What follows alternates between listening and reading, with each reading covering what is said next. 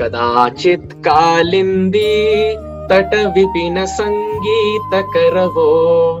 मुदा भीरी नारी वदन कमला स्वाद मधुपः रमा शंभु ब्रह्मा मरपति गणेशार्चित पदो जगन्नाथ स्वामी नयन पथगामी भवतु मे भुजे सव्ये वेणुं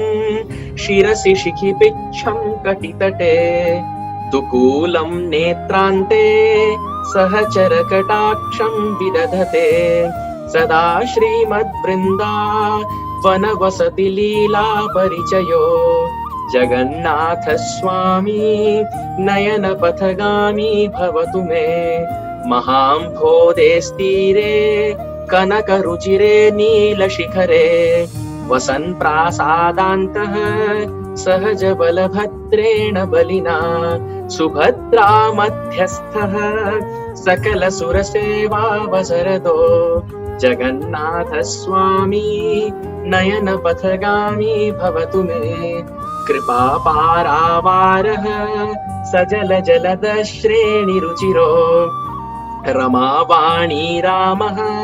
स्फुरदमलपङ्केरुहमुखः सुरेन्द्रैराराध्यः श्रुतिगणशिखा गीतचरितो जगन्नाथ स्वामी नयन पथगामी भवतु मे रथारूढो गच्छन् पथि मिलित भूदेव पटलैः स्तुति प्रादुर्भावं प्रतिपदमुपाकर्ण्य सदयः दया सिन्धुर्बन्धुः सकल जगतां सिन्धुसुतया जगन्नाथ स्वामी नयन पथगामी भवतु मे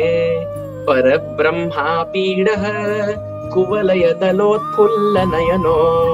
निवासी नीलाद्रौ निहित चरणोऽनन्त शिरसि रसानन्दो राधा सरसवपुरालिङ्गन सुखो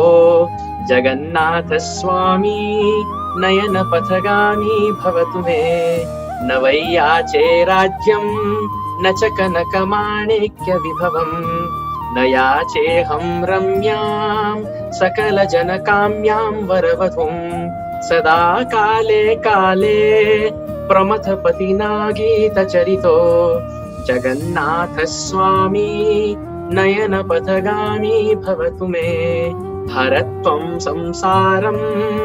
धृततरमसारं सुरपते हरत्वं पापानां विततिमपरां यादवपते अहो दीने नाथे निहित चरणो निश्चितमिदं जगन्नाथ स्वामी नयन पथगामी भवतु मे जगन्नाथाष्टकं पुण्यं य पठेत् प्रयतः शुचिः सर्वपाप विशुद्धात्मा विष्णुलोकं स गच्छति। जगन्नाथ स्वामी की जय।